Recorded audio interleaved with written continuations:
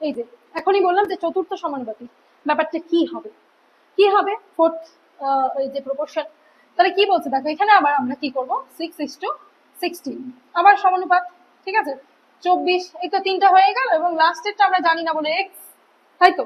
তাহলে আবার আমরা সাজিয়ে নিব 6/16 সমান 24/x।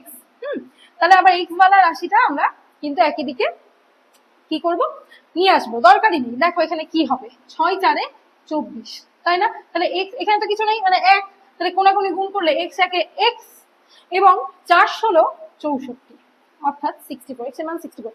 আচ্ছা এই তো হলো সিস্টেম। এখন দেখো আমরা কিন্তু সিস্টেম ছাড়াও দেখতে পাবো, দেখো 6, ঠিক আছে 16, আবার 24 কত, এটাই তো বলেছে।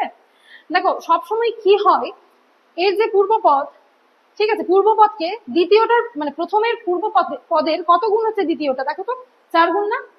সেরকমই প্রথমের যে উত্তর পদ তারও তাহলে 4 গুণই হবে, মানে একে যখন আমি ইন্টু 4 করছি তখন গিয়ে আমি এটা পাচ্ছি, তাই তো।